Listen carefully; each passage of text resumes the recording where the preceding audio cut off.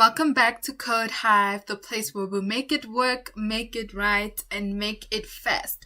So on today's video, we're actually going to switch things up a bit. We are going to be talking about case statements. So we're going to be talking about case statements, using Microsoft SQL Server Management Studio. So I'm going to show you guys two ways in which you can use a case statement actually. So yes, let's jump straight to it. So this I have tables that I've populated with data, tables that I've used when I was explaining to you guys how to create a table and using constraints. So you can literally use any table for this, right? So let's get to it. So the first way that I'm going to show you guys on how to create a case statement is the first thing that you want to do, obviously, is a select statement. So select statement, which will include all the things that you want to display, basically. So I want to display employee ID and employee surname, right? So every employee ID and every employee surname, and also a column that will say whether or not that employee has a card or not, right? Okay, so let's get to it.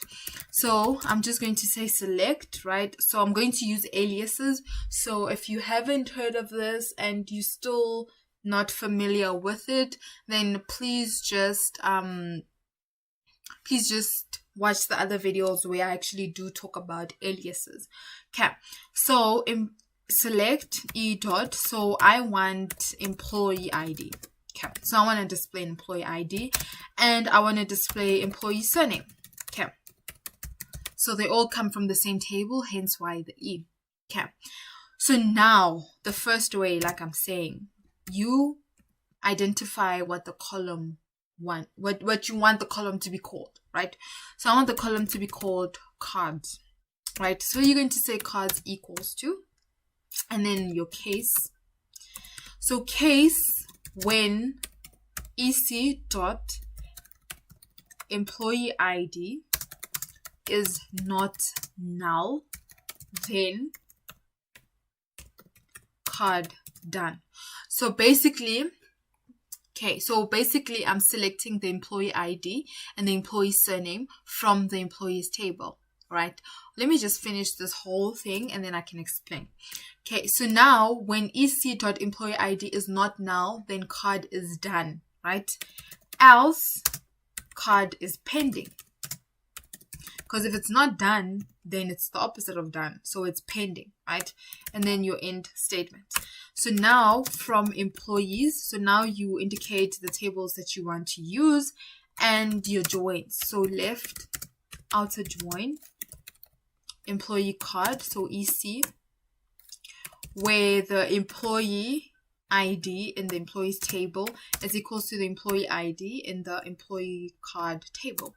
Okay, so what this is saying is that you're selecting the employee ID and the employee surname, right, from the employees table, right? So now if the employee ID in the employee card table is not null, so if it's there, then the card has been done. If it's not there, then the card is pending, right? So I have employee 1 and employee 2 and employee 3, right? So if employee 1 is not in the employee card table, for example, if the employee 1 ID is not in the employee card table, then the card is pending, right? But then if employee 1, employee 2, and employee 3, if their IDs are in the employee card table, then it'll say the card has been done, right?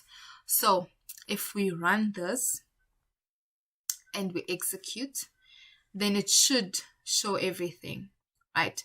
So it should show all the employee IDs, right? So all the employee IDs from the employees table and the employee surname and whether or not the card has been done. So we can see that employee 109, right, has no card. So card is still pending. So that is a case statement, basically.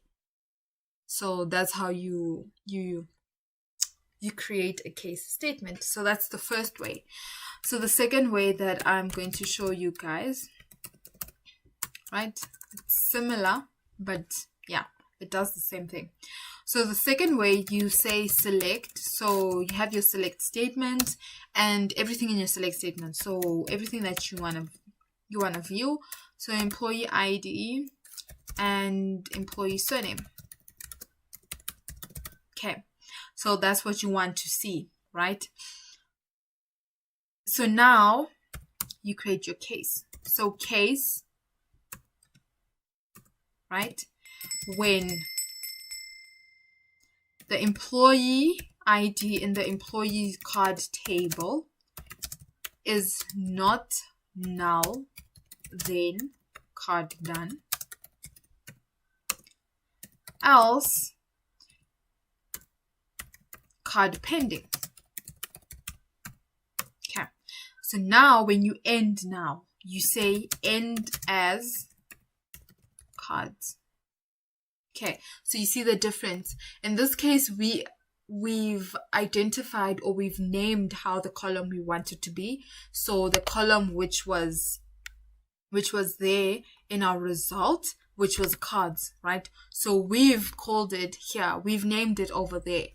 So now we want to name it at the end because we didn't name it in the beginning. Okay, so end as cards. And then you have your statement. So from employees left outer join employee card, which is EC on E dot employee ID is equals to EC dot employee ID. Okay, so if we do run this, we should see the same thing. So we should see the same thing. So we can see that it says pending over there, card pending for employee 109.